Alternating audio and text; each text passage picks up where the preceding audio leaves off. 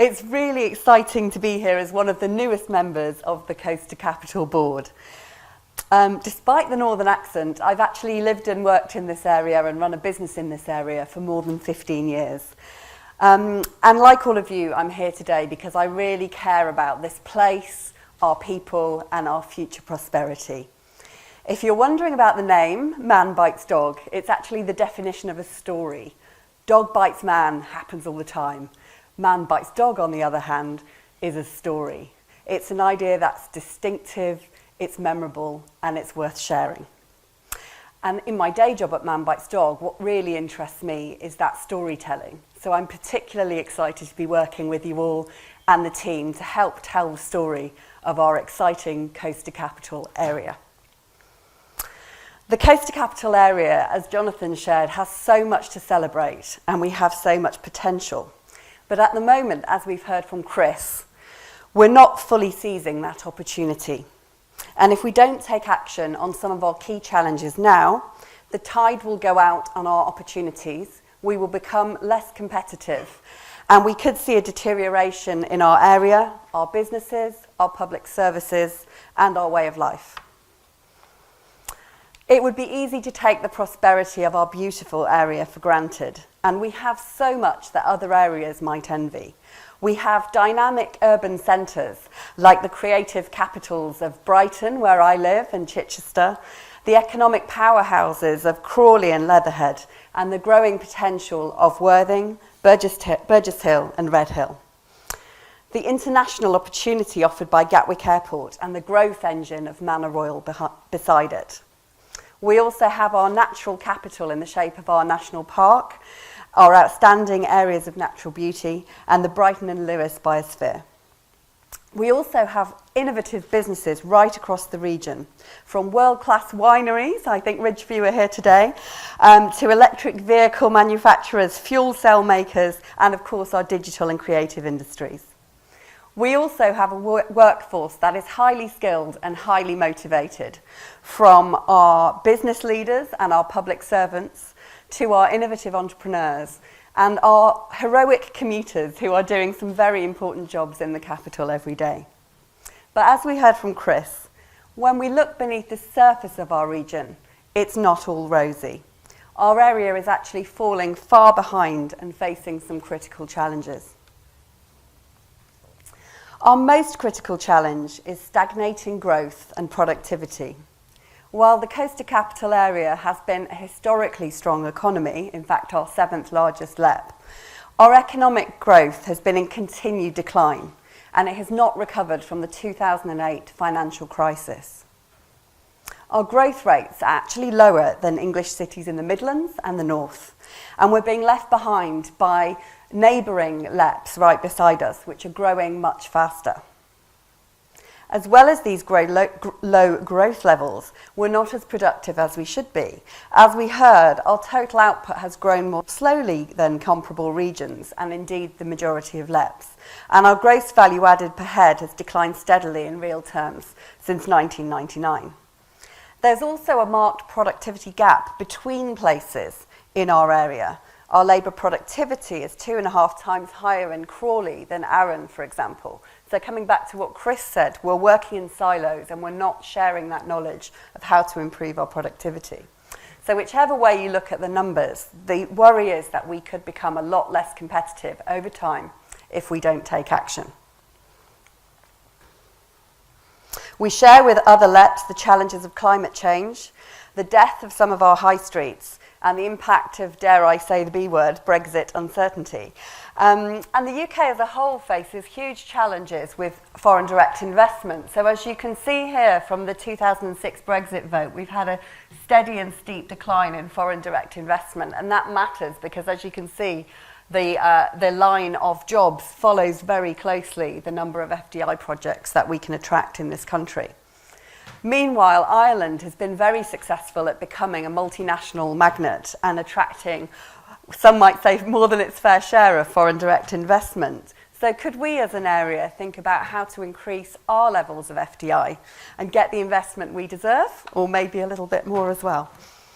But all of these issues with growth, with productivity and investment, they're not just economic theory.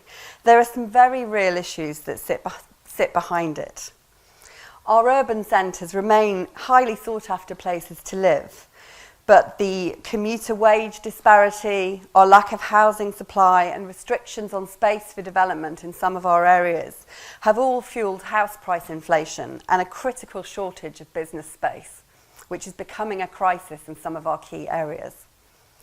We need to reduce our dependence on London and build a more sustainable economic base by providing affordable and mixed-use housing developments and also providing that critical business space to solve the business space crisis.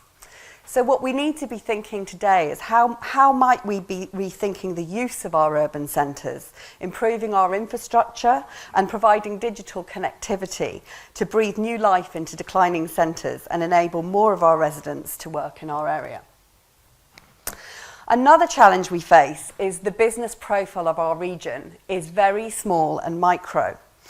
And what that means is that while our great business birth rate is to be celebrated, we've recently been celebrated as one of the best places to start a business, what we really need to do now is help those businesses to grow.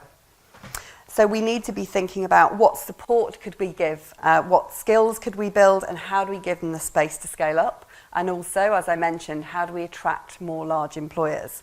And initiatives, as we've heard about, like the Growth Hub and the Escalator Programme, are really critical in helping our entrepreneurs go from micro businesses to small businesses to the medium-sized and large businesses of the future. Another issue, as Chris mentioned, is innovation. It's really surprising how low the level of investment in R&D is in our area, both in the public sector and the private sector, particularly considering the highly innovative and knowledge-intensive nature of a lot of the sectors in the region. So we need to think about how might big ideas like a higher education presence in the Gatwick Diamond area, an upskilled workforce and affordable and appropriate business space really help be a game changer to really supercharge our innovation. But probably the greatest key to fixing our productivity problem is improving our skills profile.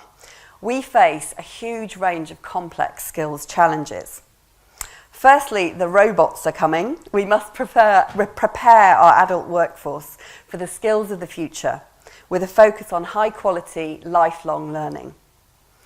As Julie mentioned, social mobility is hindered by pockets of low skills along the coast and in Crawley, where we have low skills and unemployment in Crawley, but we also have high-skilled vacancies that are not being filled. Can we help people reach their potential to bridge that gap?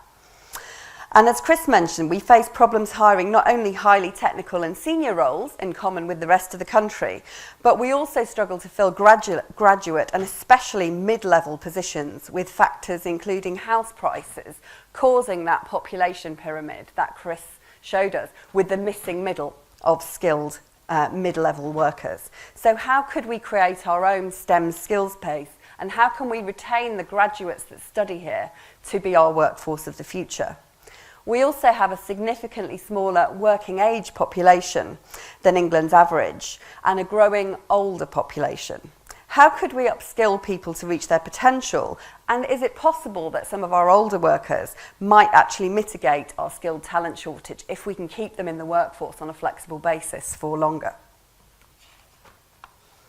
But all these challenges can be overcome, but they're critical barriers to our future growth and prosperity and our ambition to be the best place in the UK to live, grow and succeed. With some targeted strategic interventions, together we can change this, but we're going to need vision and ambition if we're not to be left behind. The development of the local industrial strategy, otherwise known as our good friend Liz, obliges us to build on the strong foundations that you as a team have already created with Gatwick 360, our strategic economic plan. But let's ensure that this is not a paper exercise. We want to create something that will enable us to develop a collective vision and strategy for our area that will enhance what we're all doing across business, local government and education. We want a Liz that will secure the attention and investment of government, and we want a Liz that will help us attract the the corporates and the FDI that will help power our future. So the big question is, what does a successful LIS look like? Well, firstly, we have quite a challenge. We must clearly articulate our comparative advantage. We need to identify the opportunities and strengths on which to build our future economy. We need to be thinking about big questions like, what's our USP? What do we do best? Where are we world class? Where can we beat other regions? And how do we beat that competition? As Jonathan mentioned, we've seen other LEPs focus on one core industry.